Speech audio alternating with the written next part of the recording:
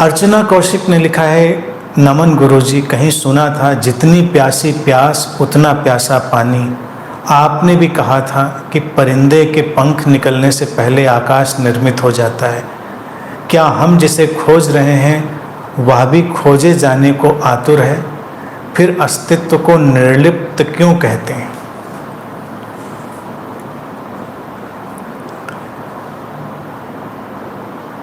निर्लिप्त जो होता है वही इस समग्रता में होता है। लिप्तता सीमित बनाती है। निर्लिप्त का मतलब ये नहीं होता कि हमें कोई मतलब ही नहीं। हम इसको ऐसे डिक्शनरी मीनिंग में ऐसे ही उपयोग करते हैं कि भाई जियो मरो हम निर्लिप्त हैं। या कुछ लोग कहेंगे आपसे, बताइए इतना उपद्रव सामने हो रहा था और ये साहब निर्लिप्त खड़े थे।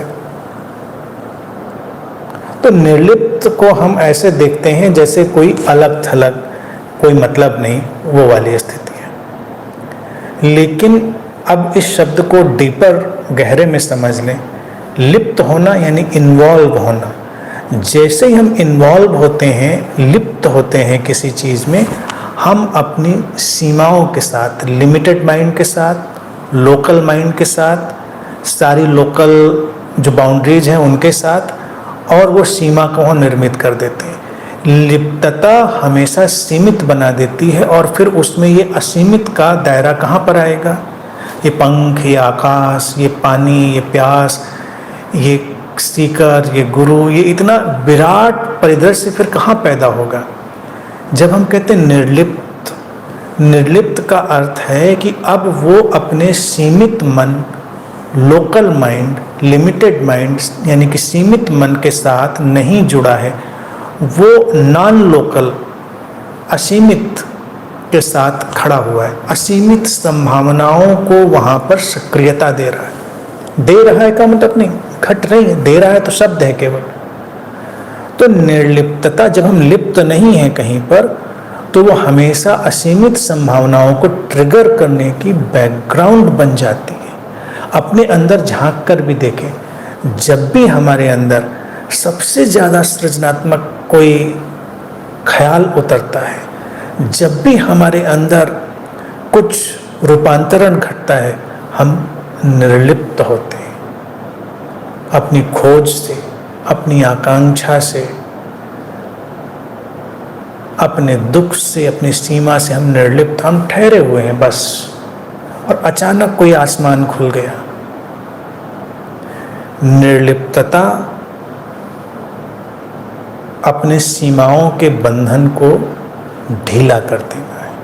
अस्तित्व निर्लिप्त है इसलिए क्योंकि वो असीमित संभावनाओं के साथ खड़ा है। अगर वो लिप्त होगा तो सीमित संभावनाओं के साथ उसको होना पड़ेगा। असीमित संभावनाओं में ही तो ये असीमित चीज़ें हैं कि पंख उगे तो आकाश पैदा हो जाए, प्यास लगे तो कहीं पानी का स्रोत पैदा हो जाए। हम कैसे जानेंगे? अगर हमको प्यास लगी तो हम सोच भी कहाँ सकते हैं कि कहीं हमारी प्यास के धक्के से कहीं कोई जल स्रोत निर्मित हो रहा होगा? हम सोच भी नहीं सकते। इसीलिए हमको पानी चाहिए, पानी खरीदना है, पानी इंतजाम करना है हमको पानी का। तो हम उसको, अपनी प्यास को भी सीमित बना देते हैं। इसी को दूसरे पहलू में देखें, अगर बीमारी घटी है तो स्वास्थ्य भी घट रहा है कहीं पर, स्वास्थ्य का समाधान भी पैदा हो रहा है। जितनी विभीषिका उतनी ही प्रगाढ़ संतुलन की तैयारी अस्तित्व में हो रही है।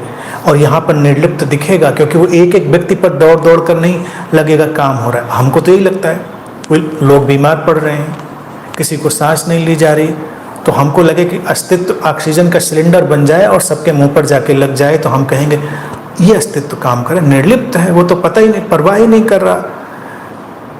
लेकिन हमको कहाँ पता है कि अगर चंद लोगों को सांस लेने में भी दिक्कत हो जाए तो अस्तित्व में कितनी हलचल हो रही होगी, अस्तित्व में क्या नहीं हो रहा होगा, हम नहीं जानते।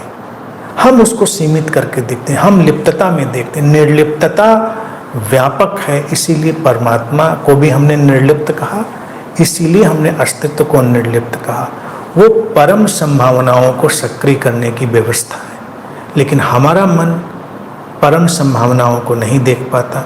हम सीमित संभावनाओं को ही देखने के लिए प्रशिक्षित हैं। तो थोड़ा सा अपने प्रशिक्षण को हटाकर अपने माइंड की ट्रेनिंग को हमें ज़्यादा जागरूक होना है, और यही स्थिति देखा जाए एक गहरे समर्पण की है, और गहरा समर्पण हमेशा गहरा रूपांतरण लाता है।